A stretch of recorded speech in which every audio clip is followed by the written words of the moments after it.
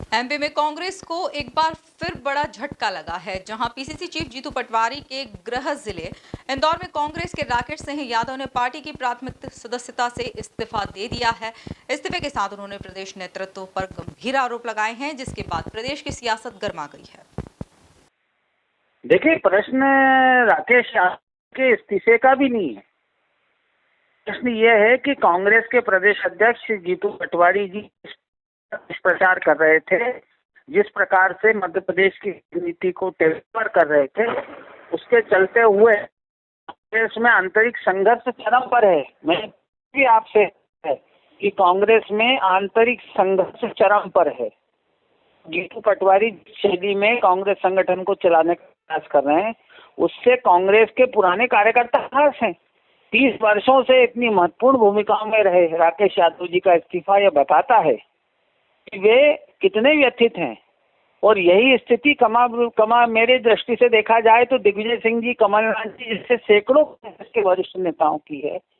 पटवारी जी राहुल जी के खास हो सकते हैं, श्री जीतू पटवारी जी राहुल जी के खास हो सकते हैं, राहुल गांधी के निकट हो सकते हैं, पर वो कांग्रेस के कार्यकर्ताओं के ही निकट नहीं है। और मैंने पूर्व में भी कहा है कि बचे कुछ जो कांग्रेस के कार्यकर्ता है, जो बहुत कम संख्या में है, वो भी आहत है। राकेश यादव जैसे समर्पित कांग्रेसी का इस्तीफा कांग्रेस के लिए गहरा आघात है। और उन्होंने जो आरोप लगाए तो बहुत अधिक गंभीर है। पटवारी जी के परिवार पर, पटवारी जी के भाई बंधुओं पर जो आरोप राकेश यादव जी ने लगाए हैं कि वो भूमाफिया हैं, तो गंभीर आरोप पर इस पर जीतू पटवारी जी को सभा ही देना चाहिए। उन्हें सप्रमाण आरोप लगाए। मैं तो इतना ही कहना चाहूंगा कि कांग्रेस में आंतरिक संघर्ष चरम पर है। जीतू पटवारी जी की तानाशाही के खिलाफ कांग्रेस पार्टी के पुराने कार्यकर्ता खड़े हो गए हैं। जो बच्चे कुचे कांग्रेस के कार्यकर्ता है वह आहत और अपमानित महसूस कर रहे हैं। इस संदर्भ में तो भारतीय जनता पार्टी का प्रदेश अध्यक्ष जी और भारतीय जनता पार्टी के संगठन ही कुछ कहने की स्थिति में होता है। आमतौर पर हम इस तरह से कुछ कहने की स्थिति नहीं है कि वो ज्वाइन करेंगे या ना करेंगे, ये उनका अपना निजी फैसला है। और संगठन उन्हें किन परिस्थितियों में ज्वाइन कराता है न कराता है, ये संगठन का फैसला है।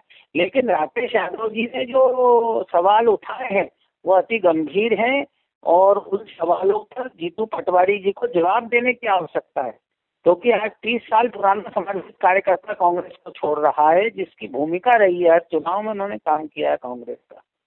तो इस घटनाक्रम से कहीं ना कहीं ये सिद्ध होता है कि कांग्रेस पार्टी की आंतरिक जो संघर्ष है वो सत्ता का वो बढ़ा हुआ है। राहुल गांधी जी के आशीर्वाद से जीतू पटवारी जी मध्य प्रदेश की सत्ता पे जबरदस्ती काबिज हैं।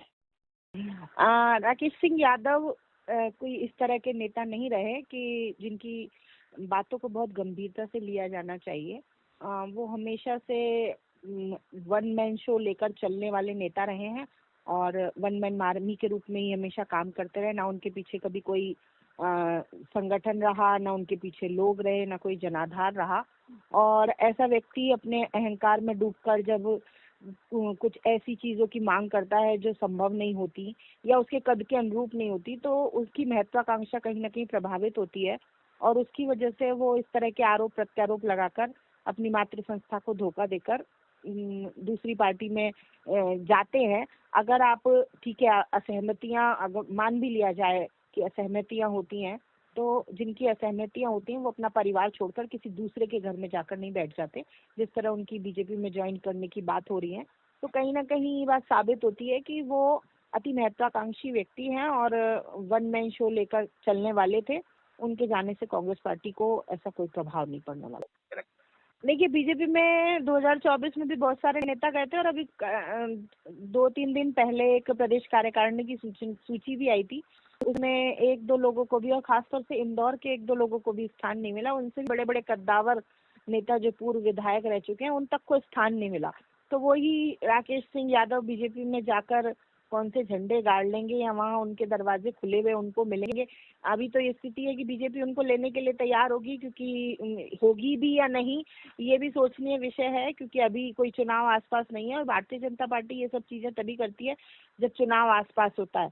और इससे पहले जो नेता चले गए उनको ऐसा क्या दे दिया। अभी तो कई जगह से ये भी सुनने में आ रहा है कि जो सिंधिया गुट के लोग गए थे उन सबका मोह भंग हो चुका है बीजेपी से। जो 24 में गए थे वो सब आने के लिए आतुर हैं, प्रतीक्षा कर रहे हैं कि कैसे भी कांग्रेस में एंट्री मिल जाए।